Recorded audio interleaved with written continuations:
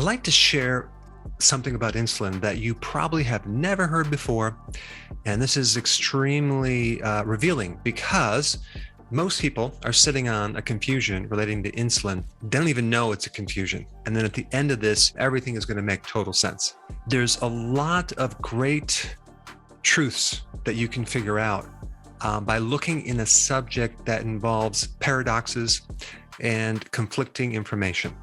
And in this area, there's some conflicting information that we need to sort out. So conflicting information is where you have fact A conflict with fact B, right? You can't have two facts that conflict, right? One of them is not a fact.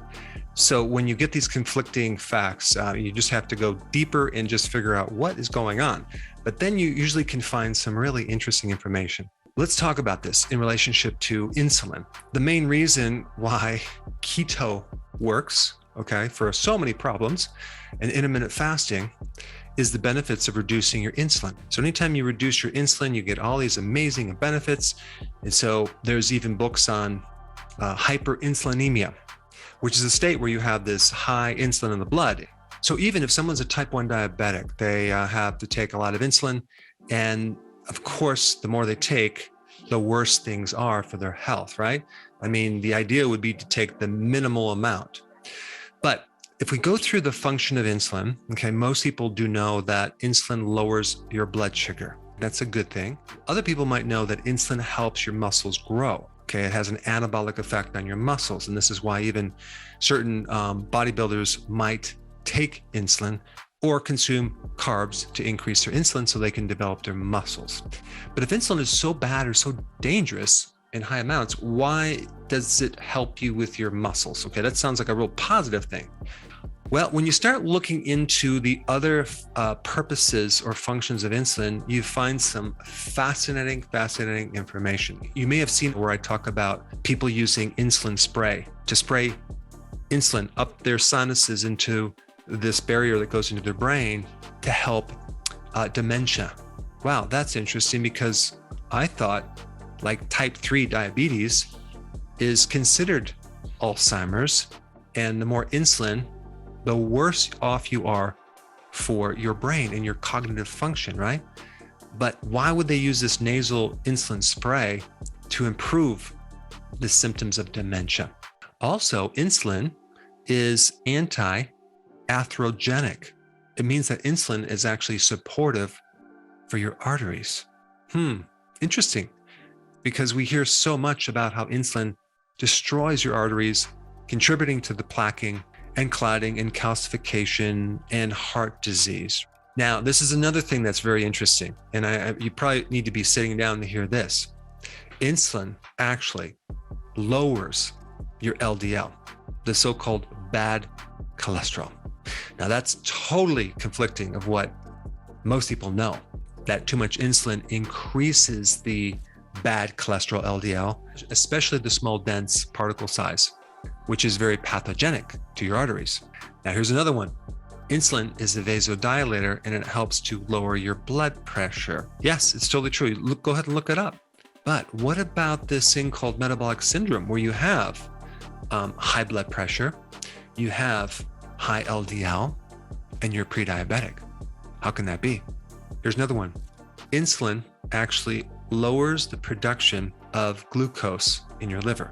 It's called gluconeogenesis. So in other words, insulin reduces gluconeogenesis, the formation of new sugar in the liver. Now, what about all these people who are diabetics or pre-diabetics that wake up in the morning with dawn phenomena where they have high blood glucose, but they have not eaten any carbs? The day before, they had no sugar. Where is that sugar coming from? Well, the liver's making it. Well, insulin inhibits that process.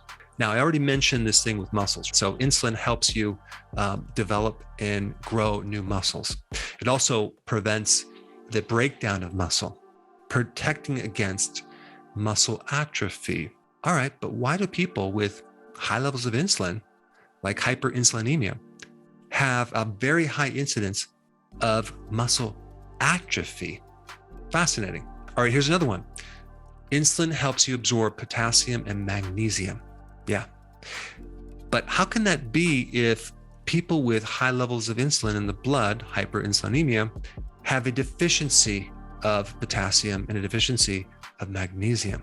I mean, it's even correlated with the more insulin you have, the less potassium you're going to have, the less magnesium you're going to have in your body. Here's another one that's interesting. This involves the adipose tissue.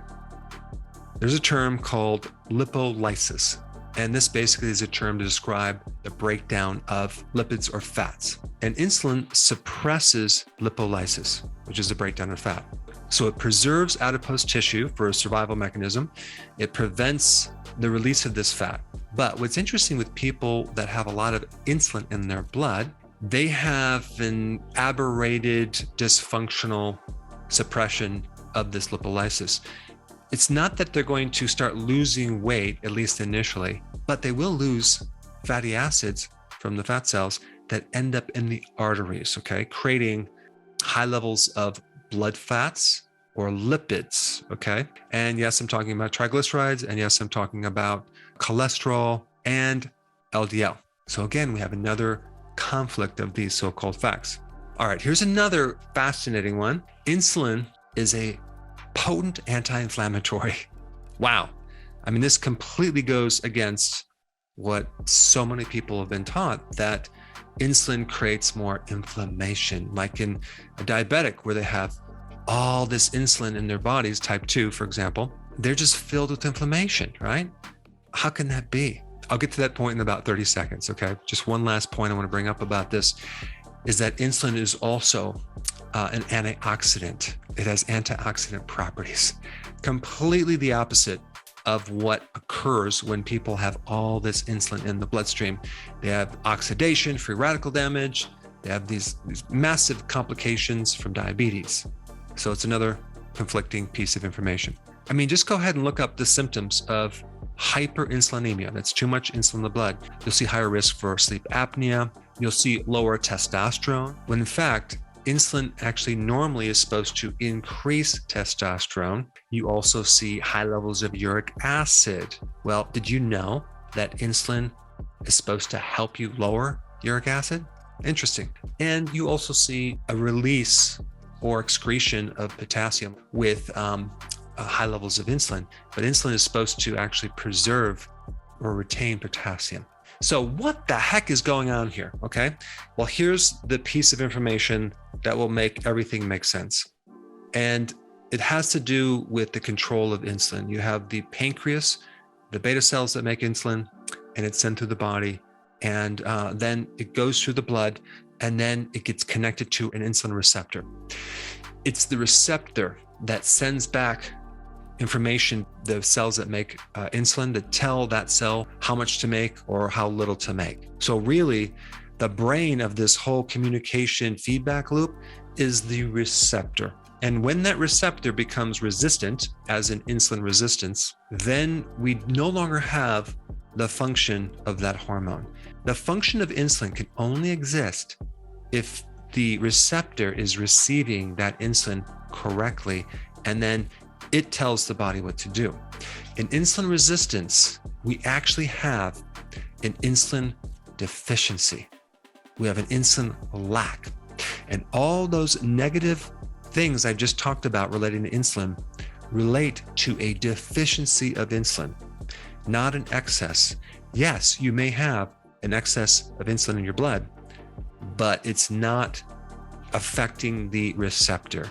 So really, in diabetes, in all these other conditions, what we're really dealing with is a deficiency problem. Now, knowing that allows everything to make sense. When I went back and forth between the function of insulin and the problems or conflicting information of insulin, really we're talking about sufficient insulin versus a lack of insulin, but it's all coming from that insulin resistance, okay? That's the problem. Now, knowing that information will then focus your attention on how do we fix insulin resistance? Well, it's high levels of insulin that creates the resistance, okay?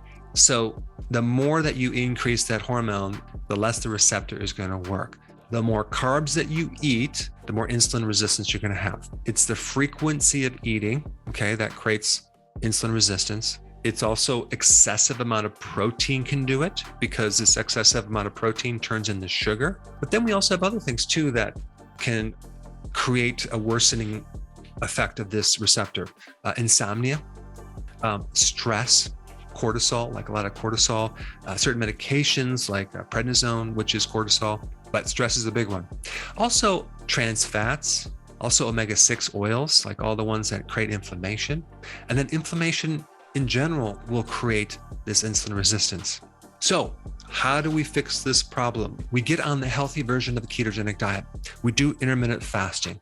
Okay, those two things are going to be the big things. And just so you know, like a type 1 diabetic, right? They're taking roughly 40 to 80 units of fast-acting insulin a day, with about 25 to 30 units of the slow-acting insulin every single day. That's a tremendous amount of insulin. And insulin is not cheap. It's very, very expensive. Well, at least in America. Now, I did a video of someone recently who was a type 1 diabetic who was dependent on this insulin. And after they went on the ketogenic diet and did intermittent fasting, they only had to take 2 to 5 units of the fast-acting insulin. That's 2 to 5 units. That's compared to the 40 to 80 units that they were taking before. I mean, that's an incredible drop in the need for insulin, especially since the more insulin you take, the more resistance that you create. Are there other things you can do to speed up the process to reduce this resistance in the insulin receptor? The answer is yes. Regular exercise, extremely beneficial. And of course, the obvious, reduce your stress, get more sleep. But apple cider vinegar on a regular basis, like a tablespoon in your water, can be very beneficial for blood sugars and insulin. Berberine is a really good herb that has been known to help with this situation. Also cinnamon, put a little cinnamon on your toast, and I'm just being sarcastic, but cinnamon is good. Also, chromium is really good. Zinc is really beneficial. Vitamin D is very beneficial. Magnesium is really good. Potassium will also help. And omega-3 fatty acids will also help. And just so you know, the only two things that won't increase insulin are fat and fiber. This is why large salads are going to be very beneficial in your plan, as well as increasing the fat, in your diet, which won't trigger insulin too much. In fact, there's a insulin index that I talk about, that the more fat that protein comes with, the lesser effect on the insulin versus the lean proteins. Lean proteins are not good for insulin. I hope everything makes sense now.